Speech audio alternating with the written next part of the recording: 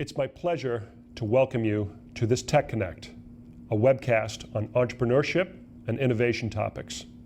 TechConnect is part of the Department of State's Global Innovation through Science and Technology, or GIST initiative. My name is Andrew O'Brien, and I am the Special Representative for Global Partnerships at the U.S. Department of State. The Secretary's Global Partnership Initiative is the entry point for collaboration among the U.S. Department of State, the public and private sectors, and civil society. We work to strengthen and deepen U.S. diplomacy and development around the world through partnerships that leverage the creativity, innovation, and core business resources of partners for greater impact. The State Department values global partnerships and programs like GIST because, as President Obama has said, we believe that entrepreneurs can create jobs that fortify relationships between countries, build global markets, and help fulfill the dreams of all who desire the freedom to make of their lives what they will. The GIST initiative is based on a simple idea. When young innovators have the skills and mentoring they need, they are more likely to take the risks that can turn their ideas into startups and ultimately successful businesses. Through a range of competitions, boot camps, and programs like this TechConnect, GIST provides skills development, networking opportunities, and financial advice. The GIST network extends through Asia, the Middle East, and Africa, and includes over 180,000 entrepreneurs. GIST works with U.S. and local experts to ensure that participants have the support that they need to help take their ideas and innovations to the marketplace. GIST celebrates those innovators and entrepreneurs who, even though they may fail, are willing to take a risk to make their dreams a reality. I'm excited to note that GIST, Global Partnerships Initiatives, and other U.S.-supported programs like these will join with entrepreneurs from around the world at the 4th Global Entrepreneurship Summit in Kuala Lumpur, Malaysia, in October. Events like the summit help channel the creativity, innovation, and potential of millions of individuals around the world to create economic opportunity for all. We hope that you will watch and participate in Global Entrepreneurship Summit events, either in person or virtually. I want to thank the GIST team here at State and at CRDF Global for their hard work in putting together this event. Most importantly, I want to thank our TechConnect panel of experts for joining us today to share their experiences and answer your questions. And now, I'm pleased to introduce Ovi Bajoran from CRDF Global, who is today's moderator. Thank you, Special Representative O'Brien. We're very excited to welcome our viewers today to today's Global Innovation through Science and Technology, also known as GIST TechConnect, global conversation about raising capital for your venture. We have an incredibly knowledgeable and dynamic panel with us that includes 4 very successful entrepreneurs to help answer some of your burning questions about how to go about raising capital. Today's session of the GIST TechConnect will further the dialogue between the panelists and entrepreneurs, mentors, and investors in the US, Middle East, Africa, Asia, Turkey, and Latin America to exchange experiences, perspectives, and trends in creating and advancing science and technology companies. We're very excited to continue the conversations we started with our previous 3 TechConnect sessions, and Shari attended the prior one on bootstrapping capital, which have energized thousands of entrepreneurs in the GIST community around the world. I'm Ovi Bajoran, and I'm the lead for the GIST initiative at CRDF Global. We are very proud to partner with the State Department in this initiative to empower youth around the world, to empower their science and technology ideas and transform them into viable ventures that catalyze economic growth. CRDF Global has been proudly supporting and working with technology entrepreneurs in more than 40 countries for the last 15 years. Today, GIST, our program, is thrilled to host another virtual Connex web chat that connects entrepreneurs, investors, and innovators across geographies by using technology. We have a number of thousands of viewers around the world in 15 viewing sites, and this level of outreach has been possible because of the partnership between a number of key player organizations like the State Department, CRDF Global, but also our local partners in the countries that we work with. We would like to invite you to use the hashtag @GISTechConnect when talking about the event today, so that you share any of the lessons throughout the program with a network of entrepreneurs in your network. And we are very interested to hear your thoughts and collecting your questions that you can ask your panelists. But please feel free to start sending those questions now, and throughout the program we'll organize them and ask them to our esteemed panelists. I'd also like to request that you take out some paper and a pencil and pen to jot down some of the notes, because you never know what type of idea you may get from our speakers and from the conversation that may be very valuable for your own venture. And you don't want to lose those insights or ideas. This recording will be available to watch again at any time after September 25, and we'll also produce a visual summary of all the content of the conversation that we'll be sharing with our online community. Today's session, raising capital for your venture, how to advance your venture capital through raising capital, and the different avenues and traditional methods like raising through crowdfunding, angel investing, venture capital, and to using any other means that will allow you to advance your venture. To jumpstart the conversation, we are very fortunate to have some thoughts of Sir Ronald Cohen, who is the father of British venture capital, and also Fadi Gandour, a board member of Oasis 500 and the founder of Aramex, that is the first Arab company that got listed on NASDAQ. Let's see what they have to say about raising capital and building companies.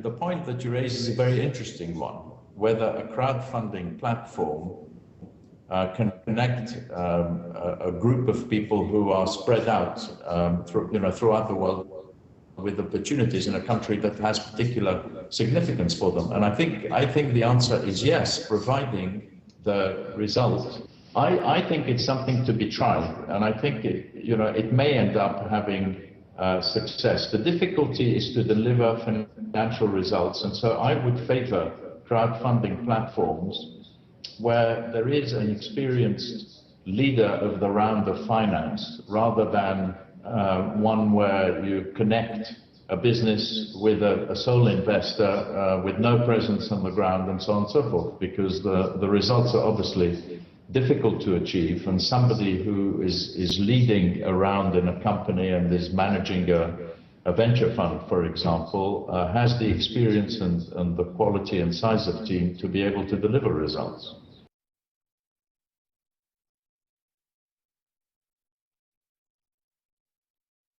As always, like not only tech startups, any startup needs a founder needs to find a good team. They need to show me a team. You can't claim that you are going to be the only founder. It's good that you do that unless you are the absolutely brilliant man and have an idea that is out of this world, and you have discovered, I don't know, some incredible thing. You are not going to be able to build your business alone. And even if you are, I don't know, Einstein, you're not going to be able to do it by yourself.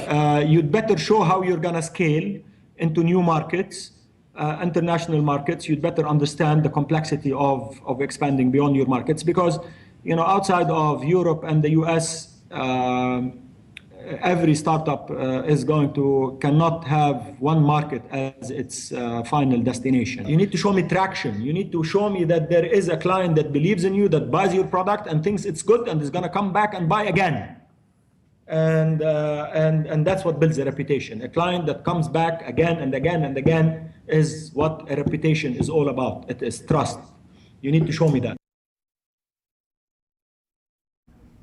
Wonderful insights from Sir Ronald Cohen and also from Fadi Gandour. We see two different points, and to build on one of them, crowdfunding is an exciting new way to raise capital for entrepreneurs both in US and international.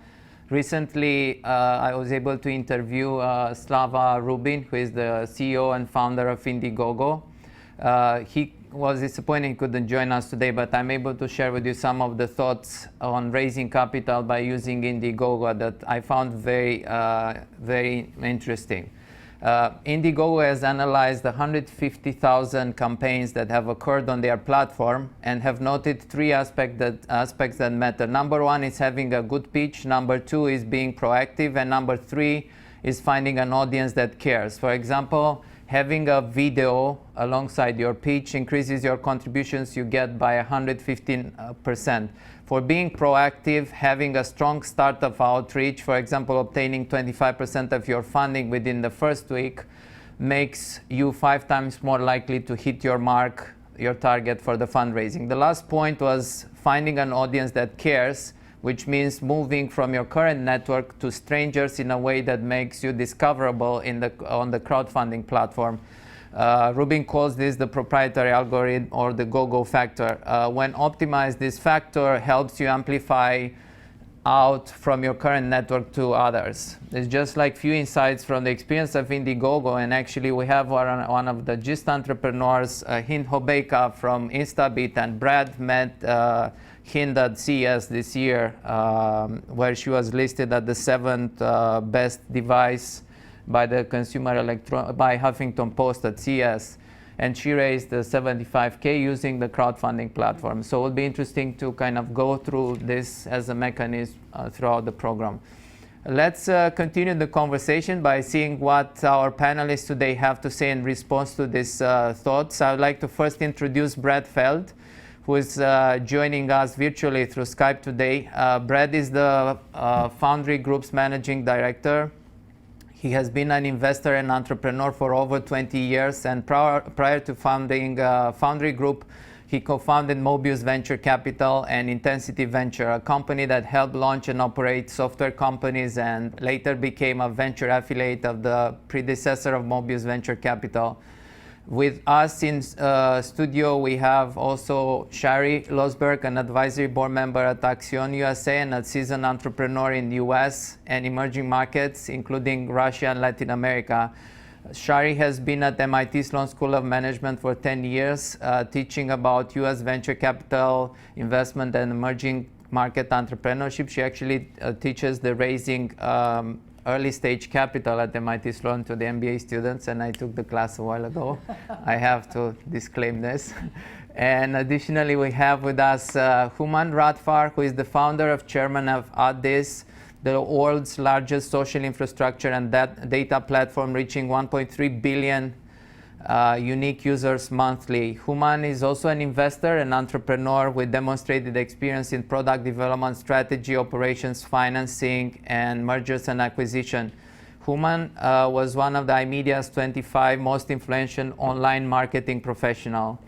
And we have with us Amir Alexander Hasan, who is an entrepreneur in residence at the MIT Entrepreneurship Center, an accomplished entrepreneur with extensive experience in business development, strategy, finance management, mobile application, telecom, and distribution. He has started 3 companies, raised over $5 million from a different group of venture investors, and built network that impacting the lives of millions of people in US, Asia, Africa, and Latin America. As you see, we have a very diverse and extensive set of experiences between our panel, and I think this will be very beneficial for our entrepreneurs in the audience. To get us started, I want to ask each one of our panelists to explain to our viewers how they think of the thoughts they just heard from Sir Ronald Cohen, Fadi Gandour, and their own thoughts on the ways to raise capital. Brad, you are a very successful So Brad, let's start with you. Reflections on the thoughts of Sir Ronald Cohen and also Fadi Gandour. I think that the thoughts were great, but a mistake a lot of entrepreneurs make is that they believe that there's a single way to raise money or a single set of things that investors, whether they be angel investors or venture capital investors, are looking for. I think it's critically important that entrepreneurs recognize that there are lots of different types of investors, and there are lots of different things that appeal to those investors. And as part of the process, it depends a lot on the stage of your company, what you're going after, the market you're going after, the way your company is configured, where it's located. Understanding yourself first and then targeting specific investors that are going to have a higher affinity for your company is critically important versus applying a generic lens to any company in any fundraising. Great to hear this. Thanks, Brad. Let's go to Shari now. Reflections on some of the insights that we heard from the two speakers.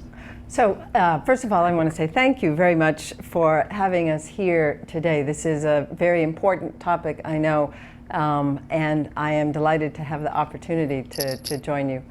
I really wanted to suggest that building on what Brad has said, particularly outside of the US, there are such a broad spectrum of investors, and not even necessarily investors, sources of capital, so that it is essential that as an entrepreneur you understand the full range of sources of capital.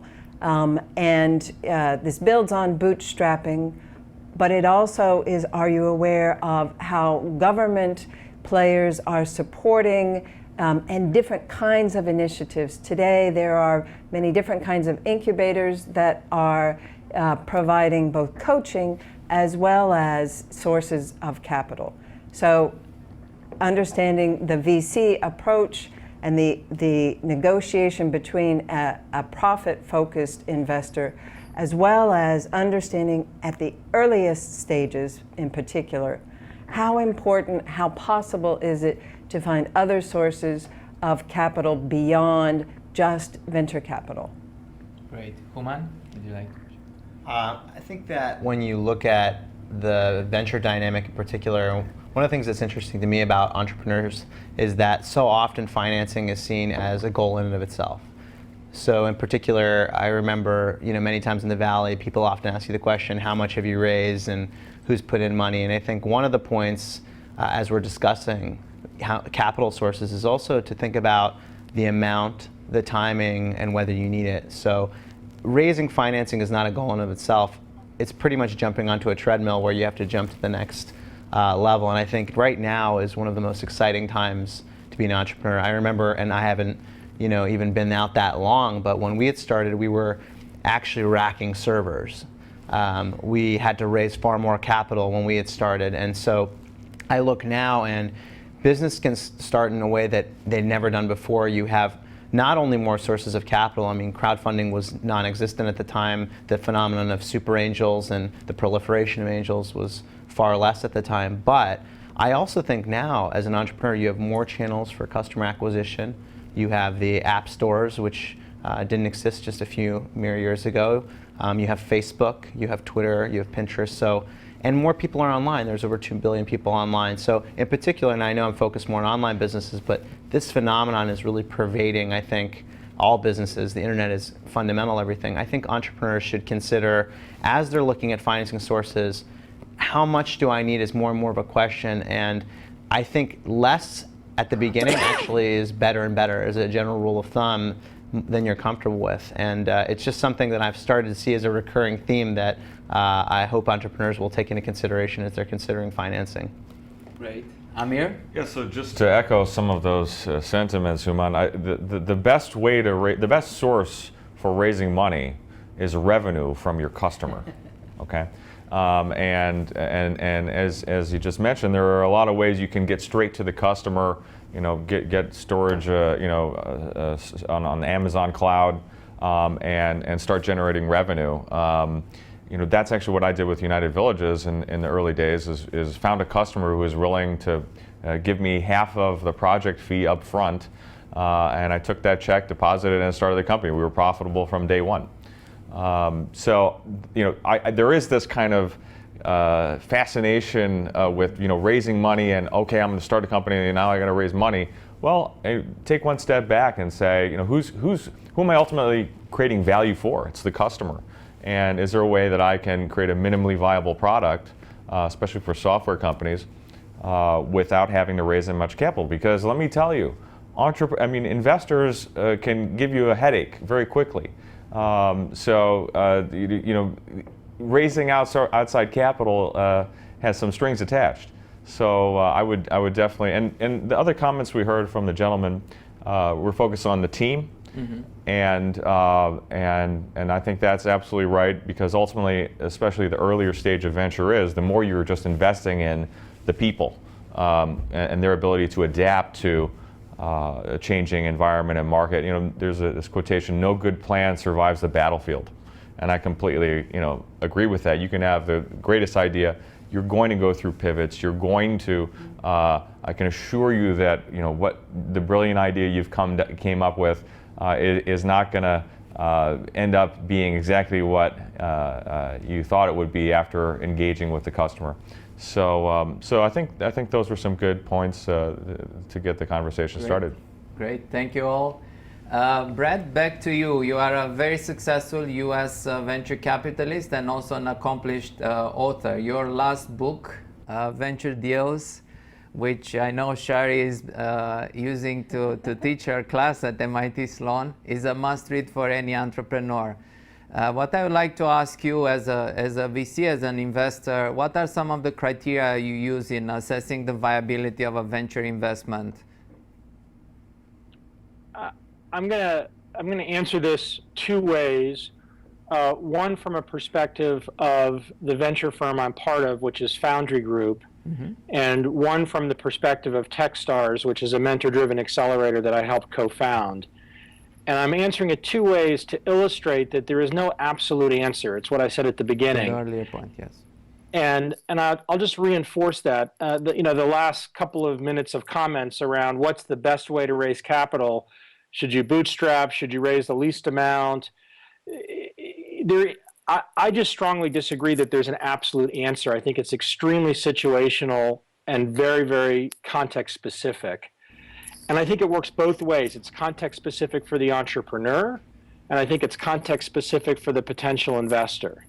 So in the case of Foundry Group, my partners and I, there's four of us, we invest all around the U.S. in software and technology companies. We invest early. We don't have to be the first investor, but if you've raised more than $3 million, you're probably too late for us. And we have a set of themes which we talk about very extensively, not just on our website, but wherever we go, that define the stuff we invest in. If you're outside of that universe, we wouldn't invest in you. So early stage, within our themes, within the United States, assuming you're within that category of things that we define as our construct, we then, as part of the evaluation process, go extremely deep on two things: the entrepreneurs and the product. And our decision criteria is almost entirely around our desire to work with the entrepreneurs and their desire to work with us, and our view of their obsession about the product that they are creating. That's how we evaluate it. It's not a spreadsheet exercise. It's not a size of market exercise. It's not a what's your 5-year projection exercise. We know all of this dynamic because of the themes that we invest in. So that's how Foundry Group thinks about it. TechStars, which we're also deeply involved in. TechStars is a mentor-driven accelerator. It invests a small amount of money, $120,000 in companies that then go through a 90-day program that's incredibly mentor-focused. In the context of TechStars, we say there's 4 criteria: people, people, people, and the idea. And so the idea is essentially price of admission. Like, you have to have an idea to even be in the conversation. But then the evaluation dynamics for TechStars are all about the people and what that founding team aspires to do, wants to do, is capable to do, and actually does during the interaction while they're applying and being evaluated by the TechStars program. Great. Thank you very much, Brad. I think the importance of actually realizing there are different types of investors and there's no perfect solution. That's the reason why we want to have a really meaningful conversation with our speakers, because I guess it takes a lot of time to actually do the research, initial research, to be able to identify if, for example, Brad, through your Foundry group or through the TechStars, you are the type of investor that an entrepreneur would like to approach. I think identifying the priorities and the areas of mutual interest in terms of like the specific niches, industries, topics of interest, I think is very critical. And even the different types of sources of capital and what stage they kind of intervene, they come in the process is very critical. And we hope to kind of go deeper in these topics through the program. I would like to move now to Human. You are a prominent DC entrepreneur and who successfully raised capital in US. What was your specific experience in raising capital and some of the things that you have learned the easy way or the hard way, mostly the hard way along the way? So when I look back at the experience, and again, I think one of the things that the terms Brad used, which I will echo, is context specific. And part of that context can be time. So when we had raised capital, there were different windows in time, A through D. So we've raised quite a bit of capital, well over $60 million over the course of the history of the company. But when we look back at that, so for example, when we had started and when we first raised our A, it was 2005, 2006. At that time, and we were in the business of social, when there was the beginning of social, MySpace was the crux of that ecosystem. Facebook was kind of a glimmer in the eye, and Twitter was really non-existent, frankly, in terms of being a global phenomenon as we know it today. And so when you look at that, there was a lot of early excitement around social, but it was still unknown. So the types of investors that we attracted were very, very different than the investors that we attracted when you went forward to, say, the later stage rounds where that ecosystem had matured. It had changed from an environment where there was not a lot of concentration in the competition in terms of the major social networks to a world where it was polarized, frankly, at the time around Facebook. And investors were much more sophisticated. They understood the marketplace. They had done a couple turns of investments in social and seen what they liked, what they didn't like, and even interacted with customers to see what their take was about businesses specifically interacting with social networks, which was an area where we were focused on at the time. So I guess one of my big lessons that I would impart just based on this context-specific theme that Brad introduced was, I think it's critical that entrepreneurs are aware of the time and the market that they're investing in and positioning properly against waves, for example. So, and this is very particular, and I'm kind of gearing it mostly towards web investments and what have you. So the last thing you want to do, for example, and I'll use social gaming, and not to pick on that category, but I think people who were riding the beginning of that wave had a very different experience raising capital, both in terms of the amount of time and the types of investors they attracted versus people who are probably at the tail end. Mm-hmm. And I think knowing where you are in the evolution of a marketplace is critical. The one point I would say, though, which was really, really interesting, and I think this was echoed, you had said something about this, and this is team. And I think this is critical across rounds. So when you're at your A or your seed, the entrepreneur or the investors, in my opinion, that we've worked with on the reverse side when I invested in companies, team is pretty much, as we discussed, all there is to it, because you may shift your product, you may pivot, and what have you. So at the end of the day, you're investing in the entrepreneur's ability to adapt, grow, and quote unquote figure it out. I think as you evolve towards the B, the C, the D, and if you go that far to some sort of IPO, yes, the team is absolutely the crux. But now you have a dynamic marketplace that you probably understand a little better. There's going to be unit economics that you can assess and actually go into kind of the private equity Excelware evaluation.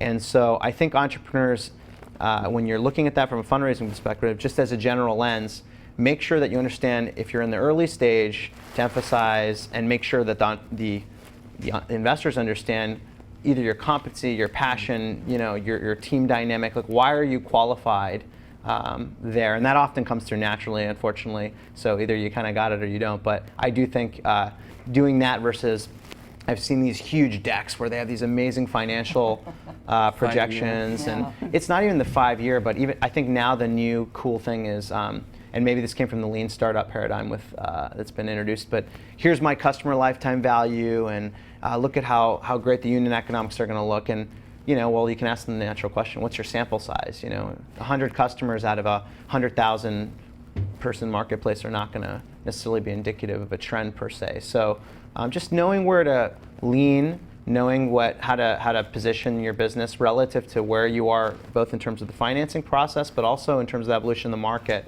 I think is a very critical set of skills that at least I took away. Thank you, Human.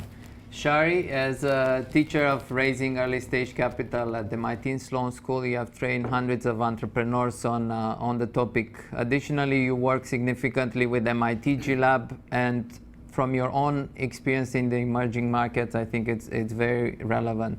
What are some of the differences you see in raising capital in US versus internationally? Any interesting case studies that you would like to share with us?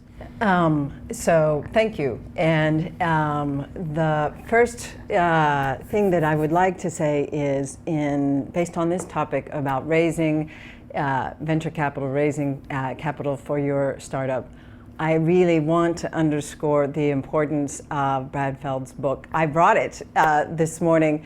It's called Venture Deals. We will, in an hour, cover as much as we can, but I use it as the textbook in my course because I think it does the best job of actually getting at the nuts and bolts, the very sort of fundamentals, while also giving insight into how a smart and very successful VC thinks about the companies he invests in. And there are also nice sidebars from the point of view of the entrepreneur. So go find it on Amazon and read it, because it should be part of your library. Now, to answer your question about how things differ, I would really focus on outside of the US, know your ecosystem. In the US, we're really incredibly lucky to have such a rich and dense entrepreneurial ecosystem where all of the pieces are here.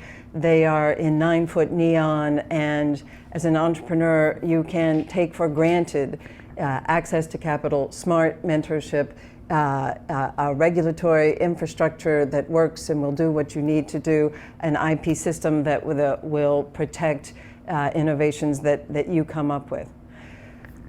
When you're operating in a lot of the markets that I think our audience is today, some of those pieces may or may not be there. Some of them are growing, some of them are just getting started. Being able to identify the folks who can be within your community of support, who can help point you to the investors. Maybe they are institutional investors. Maybe they're angels who wouldn't necessarily be known to you.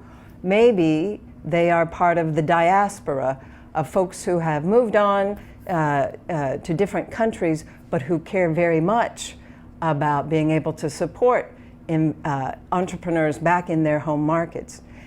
You won't necessarily be able to find all of those on your own. Knowing your ecosystem, building your connections to the points who are there in your markets today. I work in our G Lab, I work with a number of accelerators, incubators, groups not unlike Techstars in Senegal, CTIC, DTBI in Tanzania. We work with Founders Asia in Malaysia. We have the opportunity to work with a number of interesting groups across Latin America. These are folks who help connect. They provide mentorship and coaching, but I think just as important, they help you to identify and connect your own dots to the ecosystem that will be most important to you as you figure out your funding strategy, but also your business model, your revenue model, identifying the right customers as you push forward on product development. Thank you, Shari. And we had the example of Fadi Gandour, the founder of Aramex, Yes. who actually invested in Maktub. And basically, Maktub was acquired by Yahoo a few years ago. And I know that the founders of Maktub now are very actively involved in That's right. actually supporting the local entrepreneurial ecosystem. So I think That's it's right. very critical to identify some of those successful entrepreneurs, connecting with them and sharing your story so that actually you may have a chance to actually build a second Aramex or Maktub in the local environment. Now, Amir, you are a successful entrepreneur with United Villages, and you managed to assemble a very diverse set of investors for your venture. If you could share with us some of your experience in terms of the different types of investors that you're able to attract to power up and develop your ventures, and how you involve those investors to help you build the venture. Absolutely. Well, as an entrepreneur, you have to raise money however you can. And get outside of your box, and I think, as we're hearing from the other speakers, really kind of see what is happening in the investment market. Who's funding what? What are other ventures like yours, and who did they get funding from? I think also a lot of it is about showing up to events, conferences, where once you've got your kind of hit list, where are those investors speaking? You can send people emails. They're never going to read them. You can build big business plans. No one's going to look at them. If you get in front of someone and you can actually chat them up, and they see your face and that passion, that gleam in your eyes, they're going to remember you. And that's the kind of impact that you need to make. And that's actually how I was successful in raising my first round. Was actually at an investment conference called Investors Circle. It was actually here in DC, and I connected with our lead investor and got him to sit down with me for a cup of coffee, and he really listened to what I had to say, and that's how things took off. But went from raising money from angels to finding out about a project that UNDP was funding in Paraguay, and managed to put a proposal in for that, and got funding as a vendor, in a light item of a budget for this project of UNDP in Paraguay. So that's an example of raising money from a multilateral institution as a for-profit entity.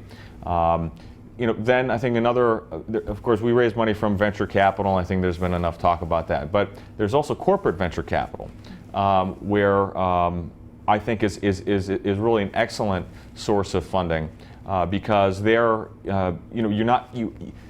are actually getting more than money, right? You are actually getting a distribution channel, or services in kind, or a number of different assets will come along with that corporation's investment, which is why they're making the investment. We did this with a company in India called Oxygen, which now has taken over United Villages, and I'm now setting up Oxygen's U.S. subsidiary. But they really, that made a lot of sense, because United Villages and Oxygen, 1 + 1 was 3, and I think that's a source of capital that's often overlooked by entrepreneurs. Is going to the corporate VC and strategic capital route. Great. Can I just Please. make one quick point? I think one of the common things that I've seen and I'm hearing here that I just want to emphasize for entrepreneurs is businesses, especially the capital raising, people emphasize the process and who you go to and pitching and all these things. But one thing that I'd like to kind of underscore is that businesses are built on people. People are the ultimate platform, whether it's from the founders all the way up to that 100 salesperson or your investors. And I think a lot of the appeal that I've seen, and I'm early on the investing side in terms of being an angel, but when I've had the most success and seen the most successes, a word that was used a lot here in different contexts was passion. Mm-hmm. And I think entrepreneurs need to remember that at the end of the day, knowing your business better than anyone else and connecting with people on a, for lack of a better word, emotional level, with the understanding that this is what you're going to do and showing that you can go that extra mile, that shouldn't be understated. And when you're going through and building your business, a lot of navigating isn't about reading on the web and all these other things, the best tool that you can use is pick up the phone, have an advisory board that guides you through, like where is the macro economy, where are the stages? Well, you can pick up the phone. If you call 10 smart guys, you'll probably get 80-20, some sense for where to go. So I would encourage not to forget your blocking and tackling and your fundamentals in entrepreneurship. When you're emphasizing this process, don't forget those. It's just about people and relationships and making sure that you call enough of them. It's almost like that sales mentality, whether you're raising money or actually selling or whatever the problem is, people are kind of going to be the lifeblood that are going to get you through it. Excellent insights. And as part of the interview with Fadi, one of the things he mentioned that actually you are actually kind of raising capital by recruiting your first team. So he had troubles at the beginning when building Aramex because the talented people that actually he wanted to involve in his venture, they went for more stable jobs in the big organization. So he had to convince each one of them that he has a very viable business idea. He brought them on board and he actually started to build the company with them. So to build on the passion and actually selling your vision, your idea to your future team members, to actually the investors, but also to the customers. And the second point that he mentioned, the importance of actually attracting a very good investor. He attracted a reputable US company that took a participation in his company, that in addition to the money, actually they added additional credibility on some of the markets that he was looking to invest. So I want to ask you all for your perspective on the kind of the value of the investing of the investor beyond just the money that are involved. You mentioned, Amir, at the beginning that it's not just the money. So from your perspective, is like as an entrepreneur, when you look at the various types of sources of capital and at the different types of investors, let's see that you did your research and you found those entrepreneurs that invest in the specific areas that you are interested and they are interested in. What other things should the entrepreneur look at in an investor that potentially that may invest in their company? Let's start with Brad. I think I'm going to answer it very, very simply so that we can keep moving around because I'm sensitive to time. And I'm going to frame it high level, and then I think let's go deep on the specific conversation. But I'm just going to reinforce this framing that the questions are questions that sort of aim at a specific answer. And I think that when we go around the table, we're going to get three very different answers based on what we've heard so far on the specific question. And so rather than me give a very specific answer on it, let's go around and sort of get everybody's quick view of it and then wrap up from there in terms of the dynamic. Because I think this comes back to the idea that the entrepreneur has to be very, very deep in understanding what's going on and deep in understanding what they're doing as well as what they're trying to get from the investors that they're approaching. Sure. So let's go around the table to start with Amir. Sure. You want to say? Well, I think before you approach these investors, you have to make sure that you're not spinning your wheels. That you actually, there is a checklist. Probably, if you read this book, I'm sure that kind of checklist. There are some things there are pretty clear that they're looking for, right? Now, don't bother, wasting your time unless you can, address those check marks. And I think those check marks are, in some ways, the way I look at it is creating this snowball effect. Right? You have this idea. It starts off as an idea, right? Gradually, you ask someone to join your advisory board who's an expert in that field. Okay, now you got, there's a little more. Now you find another programmer who's willing to do a little prototype and put in some of his time. Okay, now that starts to build a little. Now it starts to, now you get an introduction to a potential customer and they give you a letter of intent. Okay, now it's starting to roll. So as part of this is just about creating that snowball effect and getting others to believe and put their little stamp on your idea and say, you know what, I think this is pretty good. If you get enough of that, it's just the way Google works, right? If you get enough people who say, hey, I think this is good, right? You start to rise to the top of the rankings. So part of being successful in raising money is having enough of that snowball effect going when you start to talk to the investor. And I think the second part of it is raising the amount of capital that is appropriate for the risk level of your venture. In the early stages, I think that you have a business plan has a ton of assumptions in it. But what are two assumptions? One of the key assumptions that you could prove with $50,000, $100,000. I like to call this the critical experiment. And I think that's critical to launching any new venture, is de-risking it by taking one or two of the key assumptions and what can you prove with $50,000, $100,000 that will de-risk the venture and build more credibility and get you ready for your next larger round. Great. Let's start getting questions from the audience. All of them great insights. Now we have live questions from Ala Khalife from Jordan, who asks, is crowdsourcing for all ventures, and at what point do we know that we are ready for crowdsourcing? Any one of you? I think you had a pretty active response. Well, we should all join in. I think everyone would agree that crowdsourcing isn't for all ventures. Crowdsourcing makes sense, particularly if it's something tangible. Crowdsourcing doesn't make sense for component parts, for things that are far less easy for the guy in the street to understand.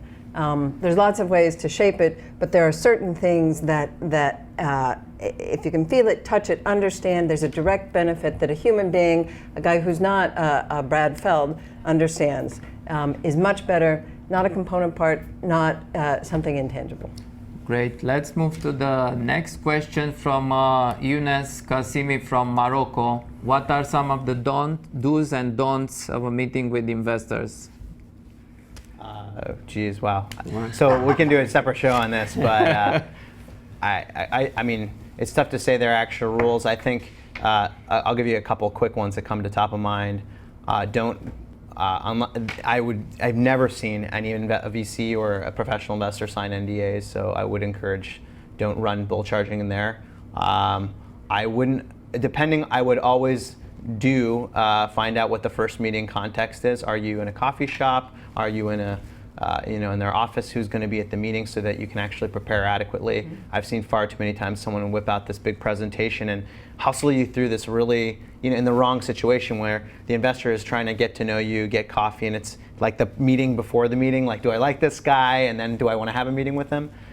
So understand what the tones of the meeting are. I think those are two things that are pretty easy ones for at least the initial outset.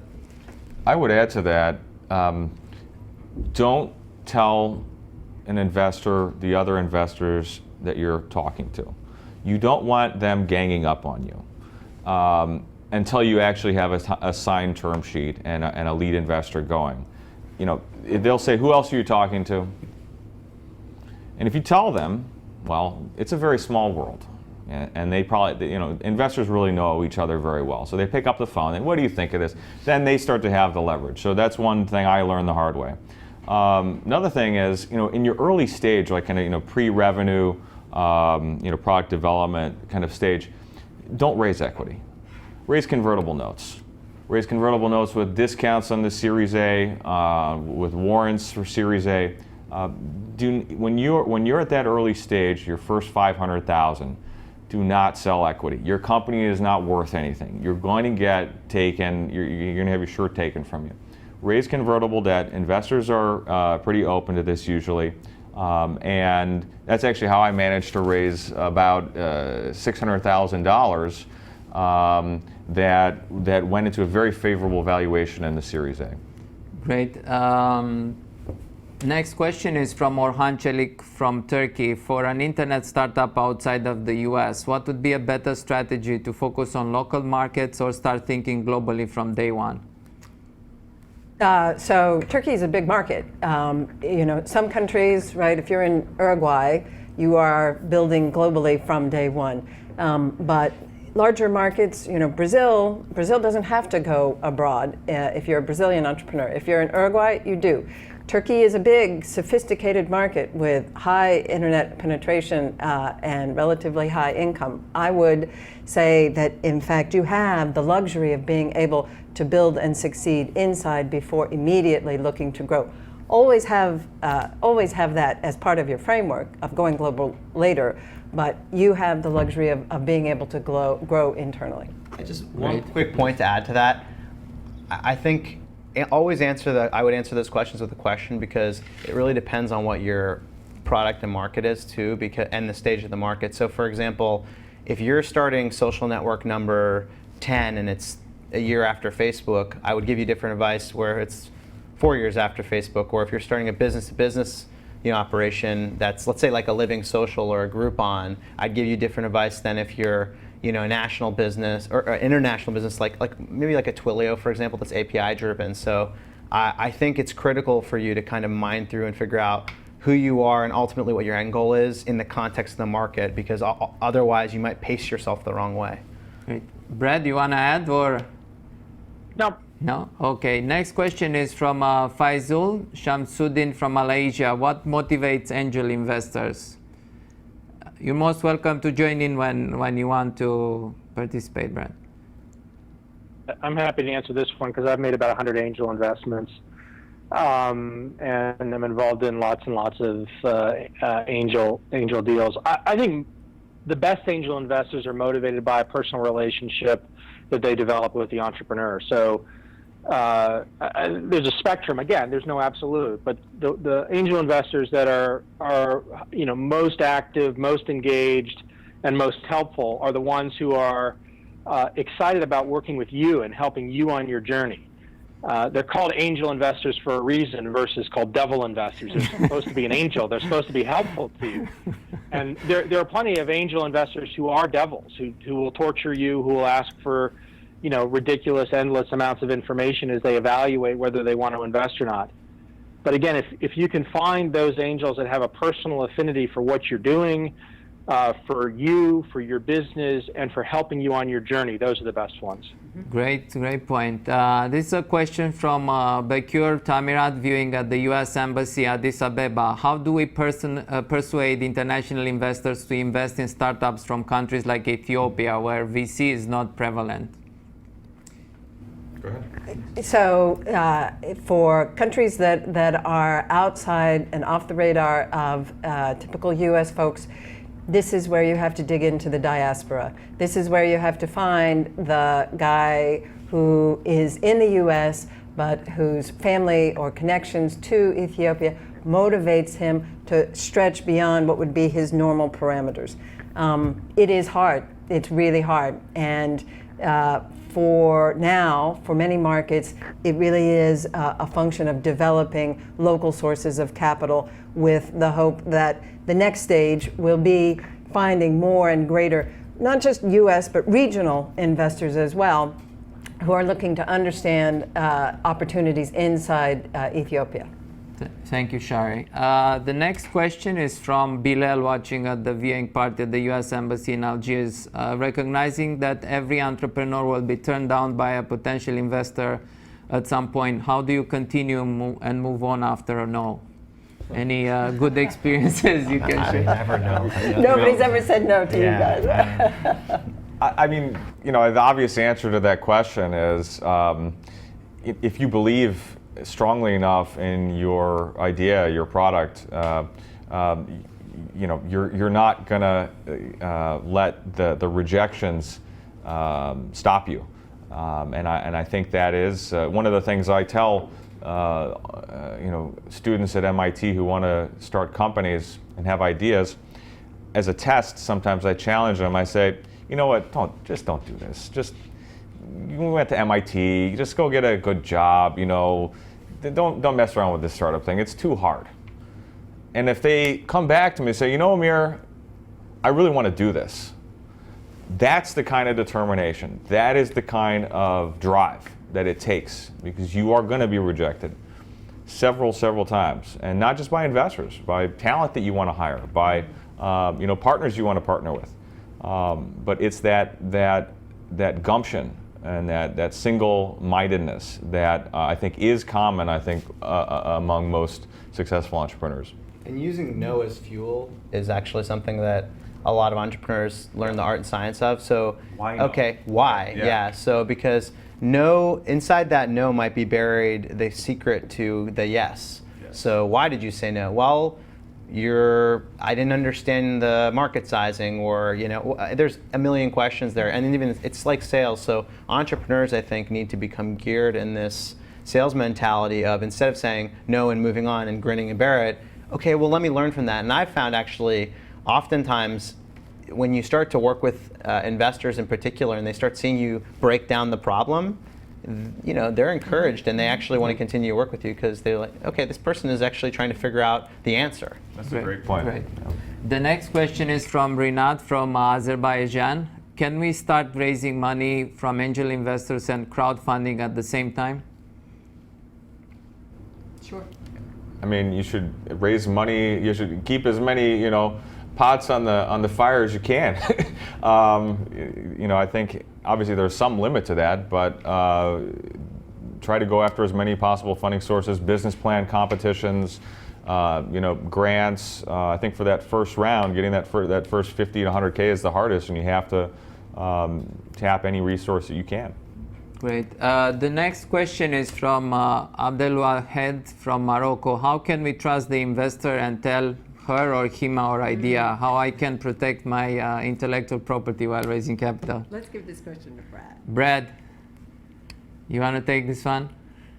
Yeah, I think it is a very controversial dynamic that I put in the category of entrepreneurs worry about this way too much. Investors are in the business of investing in companies, not stealing the idea from the entrepreneur. And sure, you hear cases of that happening every now and then. As Hoopan said, don't go in guns blazing and ask a VC to sign an NDA. That's the best way to not have a conversation get started. I'm a strong believer, especially in software and technology, and giving your ideas oxygen, getting your ideas out there, getting more people to hear and respond to them. So being more open. You'll learn so much more from people by sharing your idea, by talking about it, by using the activity and exercise of trying to explain it to people and getting their feedback. Not just their intellectual feedback, but their emotional and physical feedback, the body language that you get from it. Entrepreneurs who are secretive, and this is a continual phenomena, I'm thinking specifically of something that happened about 30 days ago. I got a 2,000 word email from somebody, from an entrepreneur who just cold called me, which is fine. I get those emails all the time. And it was a 2,000 word email that was almost substance free. It talked about this amazing thing he was working on, but it didn't actually tell me anything. And I responded with, can you tell me something about it? Just so I have a clue whether it's something I would respond to or not. And, well, no, I'm not ready to tell you anything about it or not, but I want to, get to know you better. I'm like, look, when you're ready to talk about the thing you're working on, that's when you should engage with me. Back to me, yes. So, Great points. Great points. The next question is from Ramat from Pakistan. What sort of document or presentation is best to impress and convince angels or VCs to invest in a startup? What sort of things you like to see as an investor? Hooman. I think it depends again on your stage and the context. I've seen, depending on how hot a market is, how good the entrepreneur is, people invest $100,000 in a startup over a cup of coffee. So it really depends. It's different. Are you talking to someone who's worth $1 billion or someone who's worth $50 million? And so you'll see different people respond to different material. But as a general rule of thumb, I think a good portfolio to build is make sure you have a 2 to 3 liner so you can describe in an email. Make sure you have a 1-sheeter that you can attach, like an executive summary. Make sure you have a 10-deck slide. And then again, it's going to be all stage dependent. So if you're series, A, I'm going to tell you something different than D. If you're in D, you better have your financials and everything in order because they're going to invest in a different thesis. But if you're in A, it may be more some technical architecture and what have you. But I think those couple pieces of information I've seen pretty universally at some point along the process tend to be helpvel. I would also just add a video can really make a big impact. Just a short demonstration video that shows the product, shows maybe the customer using it, even if it's not real. That can go a long way. And know your customer. This is in many respects the most important sales call that you'll ever make. So know your customer, know their likes, know what they're expecting, as we talked about. Try and anticipate. The more time that you have spent into understanding what they'll be looking for from you and can deliver that, the more likely you'll be successful. And one last thing, I can't believe I forgot it, so shame on me. This shows just how suited out I've gotten over the years. Have a really good demo of, if you have your stuff ready, great, but the thing that I get activated on is when you see an entrepreneur go through their product and actually bring it to life a little bit. Now maybe you're not at that stage and it's slideware, but have some sort of way of demonstrating where we're going, so that it's not this just hypothetical world of markets and I get 1% and look how big my company's worth if you multiply it times the 6 times valuation type thing. Great, all great insights, and we got a lot of questions after the program. I'll be sending it to you. Some of the questions we could not answer. I'm afraid we are out of time. Thank you very much to all of you, all the wonderful panelists, for your wonderful insights, and also to everyone viewing. Special thanks to hosts around the world for mobilizing their entrepreneurial communities. We can continue to help each other and also our local entrepreneurship communities by staying involved with GIST.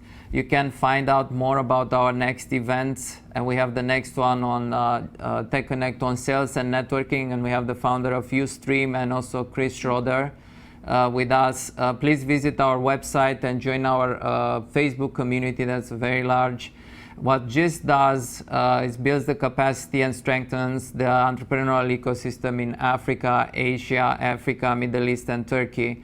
This initiative that's it's led by U.S. State Department and CRDF Global identifies and supports most promising entrepreneurs from around the world and builds their skills through networking, and also provides financial advice.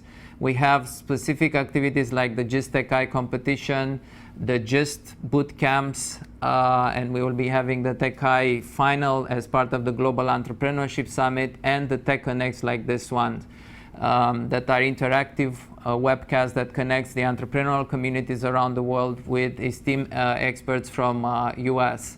The on-the-ground startup bootcamp provide very in-depth training and mentorship and recognition to entrepreneurs from around the world. Just did one in East Africa, in Tanzania in May.